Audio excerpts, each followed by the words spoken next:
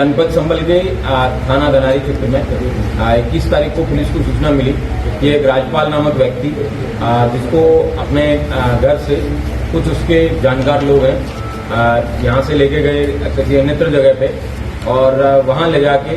उसके साथ में तंत्र क्रिया और इस तरीके के कार्य किए और उसके बाद में जब वो ऑलमोस्ट मरणासन स्थिति में था तब वो चिल्लाया तो वहाँ से वो व्यक्ति भाग के 21 तारीख को थाना आजा पे आके उसने अपने साथ आप बीती और बताई। उसके आधार पे किडनैपिंग का और अटेम्प्ट टू मर्डर का एक अभियोग 91/25 थाना धनारी पर पंजीकृत हुआ और उसके बाद में पुलिस ने जब इन्वेस्टिगेशन शुरू किया तो कई चौंकाने वाले तथ्य सामने आए जिसमें एक बहुत बड़ा गिरोह जिसे धनवर्षा ठगी गिरोह के रूप में जाना जा सकता है। इस गिरोह के कुल 14 लोगों को गिरफ्तार करके आज पुलिस द्वारा जेल भेजा जा रहा है। यह गिरोह इस तरीके से काम करता था, इनका मोडस ऑपरेंडी ये है कि ये सर्वप्रथम इसकी 3 चेन है जिसमें एक को आर्टिकल कहते हैं, एक को मीडिया कहते हैं और एक को कारीगर कहते हैं। इसमें मीडिया जो कि मुख्य गिरोह के ये लोग हैं, ये लोग समाज के अंदर एक आम नागरिक की तरह रहते हैं और ये लोग एक पर्टिकुलर सेट के या पुरुष या महिला या फिर किसी यंग बच्ची या लड़के को डिटेल मंगवाते हैं जिसके अंदर उसकी नाम, उम्र और इस तरीके की सारी डिटेल, ये तक की पीरियड्स तक की डिटेल मांगते हैं और उसके बाद में ये बताते हैं कि अगर ये स्पेसिफिक डिटेल अगर ये मैच खाती है और गुरु ने डिटेल मांगी है और अगर ये आर्टिकल में लड़की भी हो सकती है, आर्टिकल के अंदर ये लोग दोमुहा सांप को भी यूज करते हैं, उल्लू को भी यूज करते हैं, 20 नाखून वाला कछुआ भी यूज करते हैं और टीटी जो है वो लड़की का खोदने में, अगर इनमें से कोई भी आर्टिकल जो बताई गई स्पेसिफिकेशन के हिसाब से मिलेगा तो गुरुजी उसके ऊपर फिर तंत्र याचना करते हैं और उसके बाद में धन वर्षा होती है जिसमें ये 5 करोड़ से 35 करोड़ रुपए तक की धन वर्षा का लालच देते हैं। इस इतने बड़े लालच की वजह से कई अंधविश्वासी पिता अपनी बेटियों को भी इनके पास भेज देते हैं या फिर कई महिलाएं जो अपने स्वयं अपनी स्वेच्छा से इनके लालच में आके स्वयं को ऑफर करती हैं। इस गिरोह के द्वारा जो बाद में गुरु हैं जिनको कारीगर कहते हैं, ये लोग एडवर्टाइजमेंट के वीडियोज भी बना के डालते हैं जिसमें कमरे में पैसों से भरा हुआ पूरा कमरा इस टाइप का दिखता है और वो धन वर्षा की वीडियोज बताते हैं।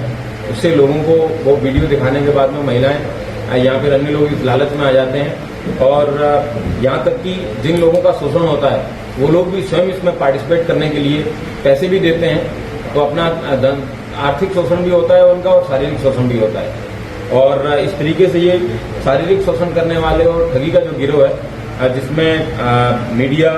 जिसको गिरोह के सदस्य उनको कहा जाता है, आर्टिकल पक्ष जो सोर्स है जिनके ऊपर ये की जाती है पूजा वगैरह और जो बाबा लोग हैं, तो इस तरीके से कुल 3 तांत्रिकों को गिरफ्तार किया गया है जो कि इस तरीके की आश्रम टाइप का दिखा के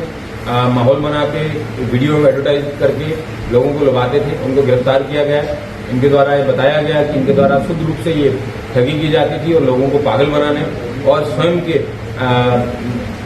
शारीरिक शोषण करने का लाभ पाने के लिए इनके द्वारा एक कृत्य किया जाता था।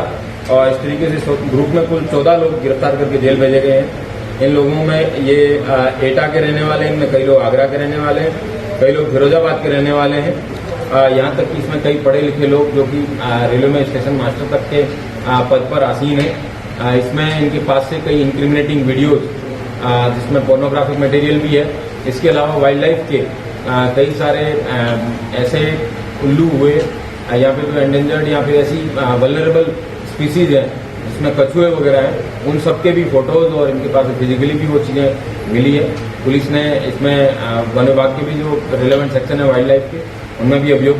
पंजीकृत किया जाएगा और इस पूरी गिरोह का पर्दाफाश करने वाली हमारी एडिशनल एसपी अनुकृति और सीओ प्रदीप और थाना धनारी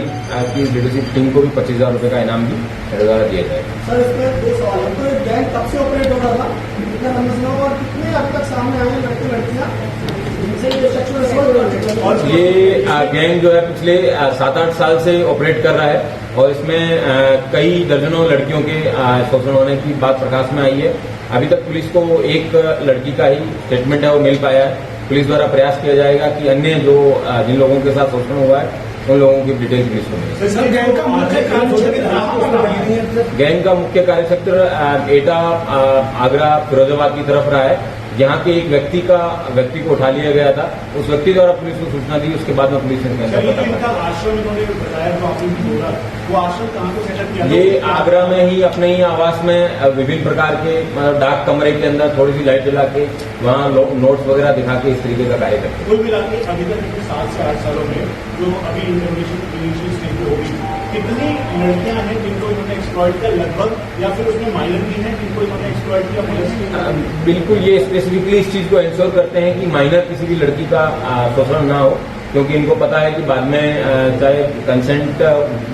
क्योंकि माइनर की कोई कंसेंट नहीं होती है। और इस केस के अंदर वो लड़की पहले से अपना स्वयं का सारी डिटेल वो प्रदर्शित करती है, उसकी सारी डिटेल मंगवाते हैं वो, उसकी हाइट, उसकी एज, उसका वेट और अन्य तमाम डिटेल्स, मोल्स वगैरह की सारी डिटेल मंगवाने के बाद में जब उसकी कंसेंट होती है, उससे सारे फॉर्म्स भरवाते हैं, उसके बाद में उस तरीके से उसको एज प्रलोभन में दिया जाता है। अप्रोक्सीमेटली नंबर्स हैं कि अभी तक कोई अप्रोक्सीमेट नंबर दे पाना मुश्किल होगा, लेकिन उन्होंने कई दर्जनों बच्चियों या महिलाओं जो है उनके साथ। सर एक चीज और, आपने कहा मोबाइल से वीडियोज वगैरह भी या कुछ और चीज, तो ऐसे कोई वीडियोज मिले जो उन्होंने बनाए उस वजह से कि मान लीजिए जब कोई धनबख्शा नहीं हुई तो लोग इनको इनके पास आए शिकायत करें तो ब्लैकमेल किया जा सकता है? बिल्कुल, इनके पास से ऐसे वीडियो बनवाए जाएंगे ताकि जन जागरण में ये जागृति हो कि इस तरीके के जो ठग है समाज में व्याप्त हैं, ये यंग बच्चियों के साथ में या बच्चों के साथ में उनका शोषण भी करते हैं, धन का भी शोषण करते हैं। और लोगों को भी इस प्रकार का मैसेज जाना जरूरी है कि इन ऐसे अंधविश्वासी, लालची और ठगी लोगों के धन वर्षा के गिरोह के अंदर